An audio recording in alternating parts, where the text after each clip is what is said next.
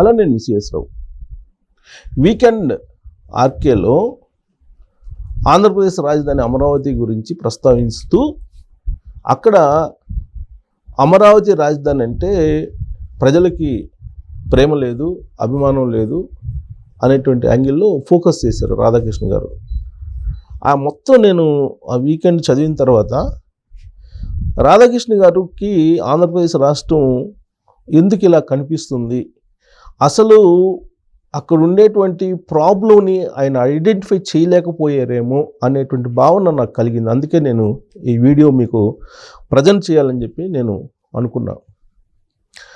ఆయన రాసినటువంటి మొత్తం వీకెండ్ చదివితే కనుక అమరావతి రాజధాని అంటే ఆంధ్రప్రదేశ్ ప్రజలకు ప్రేమ లేదు, అందుకే అక్కడ డిస్టర్బ్ చేస్తున్నారు కొంతమంది అనేటువంటి యాంగిల్లో రాస్తూ, కులాల కుంపటి ఆ రాష్ట్రం, కులాలు అనేవి చాలా సున్నితంగా ఉంటాయి, అందుకే అమరావతి రాజధాని నిర్మాణం పెద్ద ఎత్తున చేయాలనుకుంటే చంద్రబాబు నాయుడు గారు దానికి అడ్డుపడేటువంటి ప్రయత్నం మారీచుల మాదిరిగా కొంతమంది అడ్డుపడుతున్నారు అని చెప్పి రాశారు.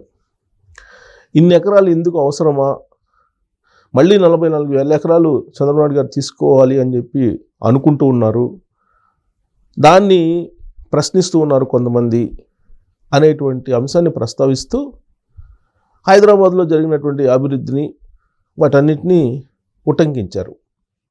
అయితే నేను వాటి జోలికి వెళ్ళట్లేదు, హైదరాబాద్ని అలాగే అమరావతిని కంపేర్ చేయడం వీటన్నిటిని. ఎందుకంటే హైదరాబాద్ అనేది హైటెక్ సిటీ ఫౌండేషన్కి రిపోర్టింగ్ చేశాను నేను జర్నలిస్ట్గా. అప్పుడు ఇక్కడ ఉండేటువంటి భూములు ఎలా ఉండేవి అనేది కూడా నేను చూసాను. రాళ్ళు రప్పలు ఉండేవి, వ్యవసాయానికి యోగ్యమైన కానటువంటివి ఎక్కువ ఉండేవి. సో కాబట్టి ఆ రోజున ఎకరం 100 నుంచి 200 రూపాయలు కూడా ఉండేది. సో ఆ రోజుల్లో ఇండస్ట్రీస్ని ఆకర్షించడానికి చంద్రబాబు నాయుడు గారు భూములు ఇచ్చారు. ఇప్పుడు అవి గోల్డ్ మైన్స్ అయిపోయాయి. అక్కడికి వచ్చేటప్పటికి ఆంధ్రప్రదేశ్కి వ్యవసాయ భూములు అవన్నీ అయినప్పటికీ ఇండస్ట్రీస్ డెవలప్ కావాలన్నా, ఉద్యోగాలు కావాలన్నా ల్యాండ్స్ కావాలి, అందుకే తీసి పెడుతున్నారు అని చెప్పేసి రాధాకృష్ణ గారు రాశారు. సో అంతవరకు బాగానే ఉంది. కాకపోతే అక్కడ ఉండేటువంటి రాష్ట్ర ప్రజలకి అమరావతి రాజధాని అమరావతి అన్న ప్రేమ లేదు అనేటువంటి విషయాన్ని చెప్తూ ఆయన ఆర్టికల్ని తస్మాత్ జాగ్రత్త అంటూ ముగిచ్చారు. ఇది 3 సంవత్సరాల్లో కనుక అది పూర్తి కాకపోతే రాబోయే రోజుల్లో చాలా ఇబ్బంది కలుగుతుంది అనే యాంగిల్లో. అయితే ఇక్కడ నేను ఆయనకి అసలు కోణాన్ని స్పృశించలేకపోయారు అనేటువంటి విషయాన్ని నేను గుర్తు చేయదలుచుకున్నా. ఎందుకనంటే అమరావతి రాజధాని మీద లేదంటే ఆ రాష్ట్రం మీద ప్రేమ లేనిది ప్రజలకు కాదు, జనరల్గా ఎవరికైనా సరే జన్మభూమి అంటే లేదా స్థానికంగా ఉండేటువంటి రాష్ట్రం అన్నా, లేదంటే సొంత రాష్ట్రం అన్నా, సొంత ఊరన్నా, సొంత ప్రాంతం అన్నా ఒక అభిమానం ఉంటుంది. అక్కడే ఆంధ్రప్రదేశ్ ప్రజలకు కూడా అభిమానం ఉంటుంది, ఉండకుండా ఉండదు ఖచ్చితంగా. ఇప్పుడు ఆంధ్రప్రదేశ్ రాష్ట్ర రాజధాని కానీ ఆంధ్రప్రదేశ్ మీద కానీ ప్రేమ లేనటువంటి వాళ్ళు, అభిమానం లేనటువంటి వాళ్ళు ఎవరో అని అంటే ఎక్కువ మంది పొలిటీషియన్స్కి, అలాగే సివిల్ సర్వెంట్లకి, అలాగే ఉన్నతాధికారులకి, అలాగే బాగా డబ్బుండి బ్లాక్ మనీ సంపాదించుకొని వ్యాపారాల్లో బాగా లాభాలు గడించి హైదరాబాద్లో స్థిరపడినటువంటి వాళ్ళు. ఎందుకంటే వాళ్ళందరికీ హైదరాబాద్లో భూములు ఉన్నాయి, హైదరాబాద్లో భూములు కొనుగోలు చేశారు అప్పట్లో తక్కువ రేటు ఉన్నటువంటి సమయంలో. ఇప్పుడు గోల్డ్ మైన్స్ అయ్యాయి. హైదరాబాద్ డెవలప్మెంట్ ని కోరుకుంటారు కానీ పాలకులు, లేదంటే ఎగ్జిక్యూటివ్స్, అక్కడ ఉండేటువంటి వాళ్ళు ఎక్కువ మంది, 190 మంది అమరావతి అభివృద్ధి కావాలి, లేదంటే ఆంధ్రప్రదేశ్ అభివృద్ధి కావాలని చెప్పి కోరుకుంటారా వాళ్ళు? ఆ కొన్నిటిని ప్రజలు కోరుకుంటారు ఖచ్చితంగా. ఓడిపోతేనేమో హైదరాబాదు, గెలిస్తేనేమో అమరావతి, తాడేపల్లి, ఉండవల్లి, లేదంటే అమరావతి, విజయవాడ. ఇది ఓడిపోతే హైదరాబాదు, గెలిస్తే అక్కడ ఉంటారు. మరి వాళ్ళ ఆస్తులు ఎక్కడున్నాయి?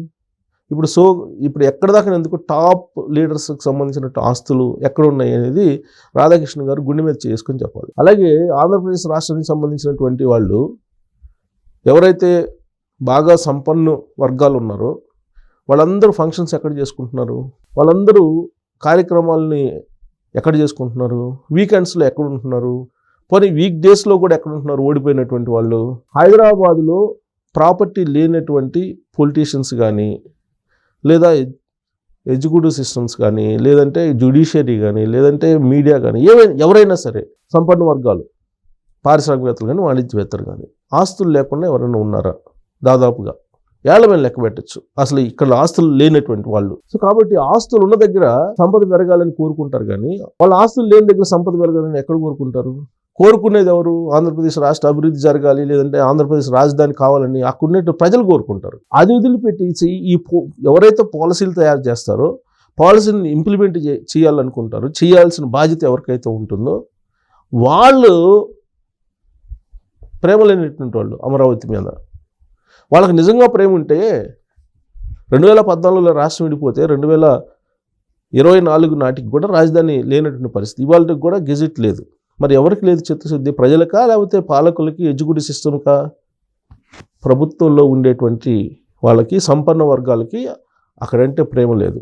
సో అక్కడ ఉండేటువంటి ప్రజల మీద ఇంకొక అభిప్రాయాన్ని కూడా ఆయన వ్యక్తపరిచారు ఆర్టికల్ ద్వారా. ఏంటి అంటే అదంతా కులాల కుంపటి, కులాలు అనేవి చాలా సెన్సిటివ్గా ఉంటాయి, ఇలాంటి భావంతో రాధాకృష్ణ గారు ఉన్నారు. చాలా సందర్భాల్లో నేను ఆయన ఆర్టికల్స్ని రాస్తున్నప్పుడు ఇలాంటి ప్రస్తావన తీసుకొస్తారు. అలాగే ఇంటర్వ్యూల్లో కూడా ఇదే ప్రస్తావన తీసుకొస్తారు.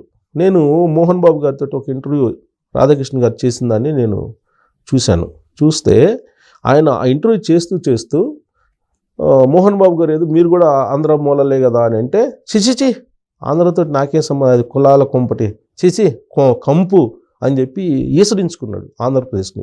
మీరు కావాలంటే ఆ ఇంటర్వ్యూ కూడా మీరు ఒకసారి చెక్ చేసుకోవచ్చు. అంత ఈసడించుకునేటువంటి ఆంధ్రప్రదేశ్కి సంబంధించినటువంటి రెవెన్యూ లేదంటే సంపద మీరు ఇప్పుడు మీడియా రూపంలో తీసుకోవట్లేదా? మరి మీరు ఆంధ్రప్రదేశ్కి ఏం చేశారు? మీరు ఏమన్నా అక్కడ ఇండస్ట్రీ పెట్టి, అక్కడ మీడియా హౌస్ పెట్టి డెవలప్ చేసేయడానికి ప్రయత్నం ఏమైనా చేస్తున్నారా? అంటే మీరు ఇన్వెస్ట్మెంట్ పెట్టకపోతే నేను పెట్టమని కూడా నేను సజెస్ట్ చేయట్లా మిమ్మల్ని. కాకపోతే అక్కడ ఉండేటువంటి రాష్ట్రాన్ని, అక్కడ ఉండేటువంటి రాష్ట్ర ప్రజల్ని ఇంకో కోణంలో చూపించేటువంటి ప్రయత్నం చేస్తున్నారేమో అనేటువంటి భావన ఆ వీకెండ్ని చదివితే నాకు అనిపించింది. కులాల ప్రస్తావన లేనటువంటి రాష్ట్రాలు ఏమున్నాయి భారతదేశంలో? ఏ రాష్ట్రం అయినా సరే కులాల ప్రాతిపదికన కాకుండా ఎన్నికలు జరిగిన సందర్భాలు ఉన్నాయా? కాకపోతే కొంచెం ఎక్కువ తక్కువ ఉండొచ్చు. తెలంగాణ తీసుకోండి, తెలంగాణలో కులాల ప్రస్తావన లేదా? బీసీల పోలరైజేషన్ అని చెప్పి సభలు పెడుతుంటే సక్సెస్ అవుతున్నాయి కదా. మరి రెడ్లకు సంబంధించి ఇక్కడ కులాల ప్రస్తావన పటేల్ పట్వారీ అనేది రెడ్ల యొక్క ఆధిపత్యంలో ఉంది అని చెప్పే కదా ఎన్టీ రామారావు గారు పటేల్ పట్వారీ వ్యవస్థను తీసేసింది. వాళ్ళ ఆధిపత్యం ఇక్కడ కొనసాగుతుందనే కదా. ఆ తర్వాతనే కదా తెలుగుదేశం పార్టీకి ఇక్కడ స్థానం లభించింది. పటేల్ పట్వారీ వ్యవస్థను రద్దు చేసిన తర్వాతనే కదా. మరి తెలుగుదేశం పార్టీ వాళ్ళు బీసీలు అందరూ తెలుగుదేశం పార్టీకి ర్యాలీ అయ్యారు కదా. మరి కులాల ఈక్వేషనే కదా అది, కులాల పోలరైజేషనే కదా. సో కులాల పోలరైజేషన్ లేకుండా ఈ రాష్ట్రంలో ఎలక్షన్లు జరగవు. అది బహుశా సీనియర్ జర్నలిస్ట్గా ఉన్నటువంటి రాధాకృష్ణ గారికి నాకన్నా ఎక్కువే తెలిసి ఉండొచ్చు. కాకపోతే ఆంధ్రప్రదేశ్ మీదనే ఆయన కాన్సన్ట్రేషన్ చేసి చాలా సందర్భాల్లో ఇలాంటి అభిప్రాయాన్ని ఎక్కువ సార్లు అక్కడ జుప్పించేటువంటి ప్రయత్నం చేస్తున్నారు. కర్ణాటక తీసుకోండి, కర్ణాటకలో లేదా శైవులు, వీరశైవులు అనేది పెద్ద ఎత్తున నడుస్తుంటుంది. అక్కడ బీసీలు వాదం ఉంది. అసలు భారతదేశం ప్రభుత్వమే ఇప్పుడు కులగణన చేయాలని చెప్పి అంటుంది. జనగణనతో పాటు కులగణన చేయాలని అంటుంది. కులాల ప్రస్తావన ఉండబట్టే కదా భారతదేశ వ్యాప్తంగా ఇప్పుడు కులగణన అనేది ఒక పెద్ద చర్చనీయాంశం అయింది. కులాల ప్రస్తావన లేనిది ఎక్కడ? సో ఆంధ్రప్రదేశ్లో కాకపోతే మిగతా రాష్ట్రాల కన్నా ఎక్కువ ఉండొచ్చేమో ఉంటే.